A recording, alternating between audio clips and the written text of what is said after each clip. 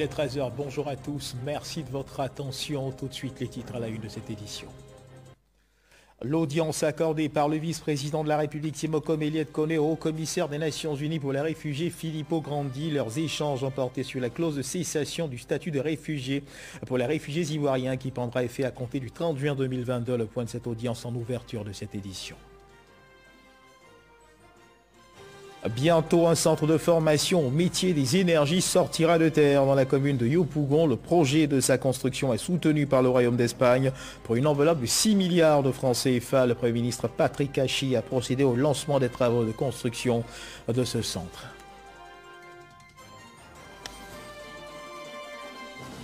Au Sénégal, où la principale coalition de l'opposition conteste le rejet de sa liste nationale menée par Ousmane Sonko, l'opposant pour les législatives prévues le 31 juillet, des heurts et des rassemblements ont eu lieu dans la capitale hier vendredi. Les partisans de l'opposant ont été dispersés à coups de gaz lacrymogène. Voilà pour l'essentiel. Oui, bonjour à tous et merci de nous suivre. Le vice-président de la République Timoko Melie-Kone a reçu en audience le haut-commissaire des Nations Unies pour les réfugiés Filippo Grandi. Leurs échanges ont porté sur la clause de cessation du statut de réfugié pour les réfugiés ivoiriens qui prendra effet à compter du 30 juin 2022. C'était en présence de Kandia Camara, ministre d'État, ministre des Affaires étrangères, de l'intégration africaine et de la diaspora. Viviane Haïma. Le lundi 20 juin sera célébrée la Journée internationale des réfugiés. À cette occasion, la Côte d'Ivoire sera honorée par les Nations Unies pour avoir réussi à ramener sur son sol ses fils et filles réfugiés à l'extérieur suite aux différentes crises qu'elle a connues au cours des 20 dernières années.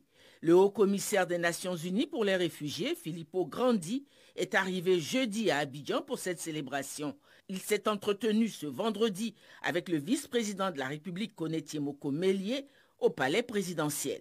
Le haut-commissaire des Nations Unies pour les réfugiés a fait une importante annonce qui marque la reconnaissance par la communauté internationale des efforts de réconciliation nationale menés par le gouvernement ivoirien.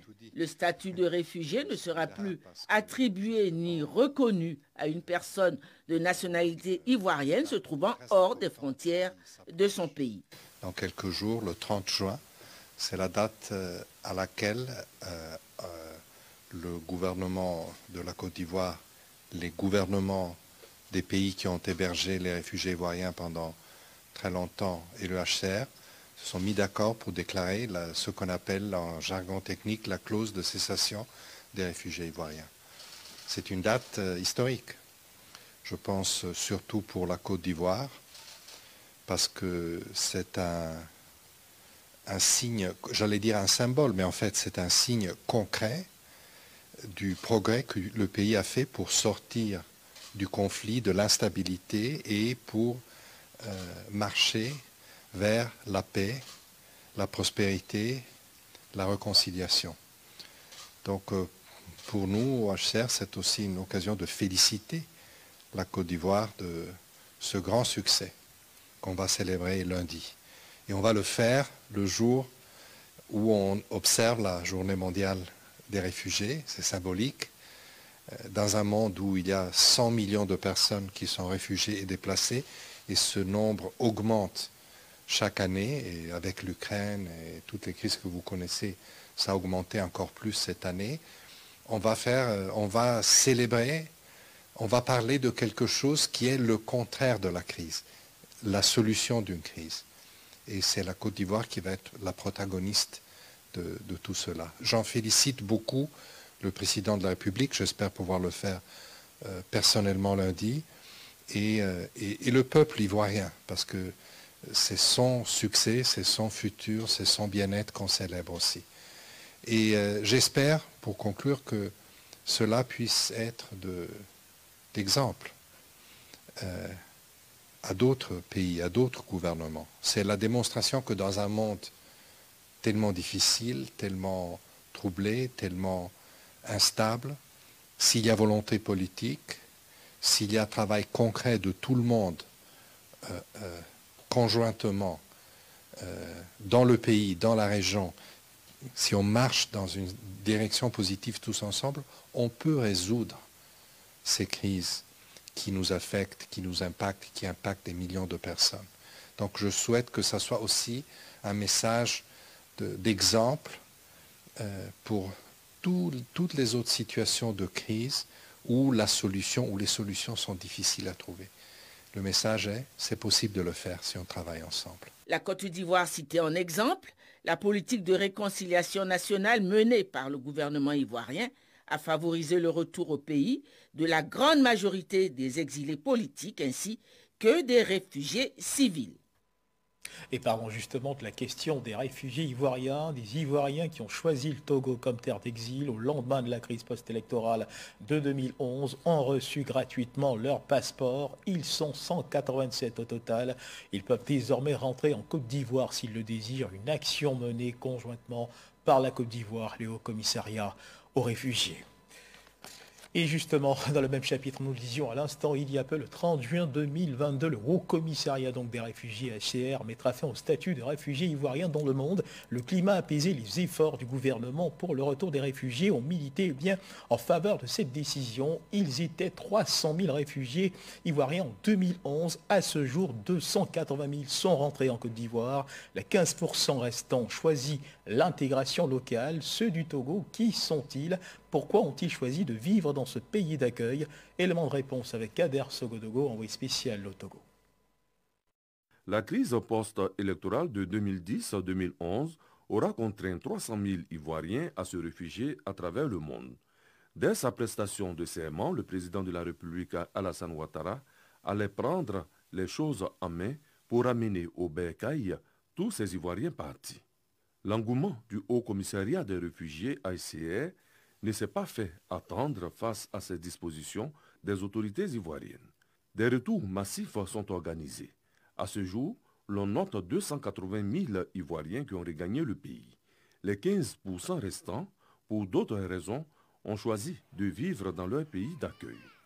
Au Togo, dans le camp de réfugiés ivoiriens de Avepozo Tropicana, ils ont reçu leur passeport gratuitement. Mais le retour ne sera pas pour maintenant. Commerce et autres activités professionnelles les éloignent encore de la mère patrie. J'ai eu la chance de m'investir ici, de m'ingérer dans le circuit économique ici, d'avoir un petit travail pour pouvoir nourrir ma famille et tout. Ça va très bien ici. Voilà. L'État togolais nous a offert tout ce qui est nécessaire pour que nous puissions nous en sortir ici. Et on s'est installé, on a formé une famille, on s'est intégré et ça va bien ici. Avec tous les Togolais, on est à l'aise ici. Réconciliation nationale, émergence, autonomisation des jeunes et des femmes. La Côte d'Ivoire revient de loin.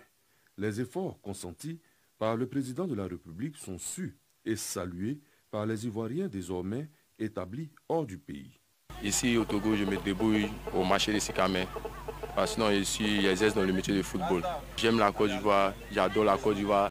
La vaccination contre la Covid-19 qui, rappelons-le, est gratuite et volontaire. Les communautés des quartiers d'Anyama, d'Abobo et d'Adjamé, bénéficiaires du programme des filets sociaux productifs, ont eu une rencontre avec la ministre de la Solidarité, de la lutte contre la pauvreté, Belmondo Dogo. Cette rencontre a favorisé les échanges, mais surtout les retours d'expérience entre le ministère de tutelle et les communautés bénéficiaires de ce programme. Jean-Marc Djedji. Quartier Zosonkoa, dans la commune d'Anyama.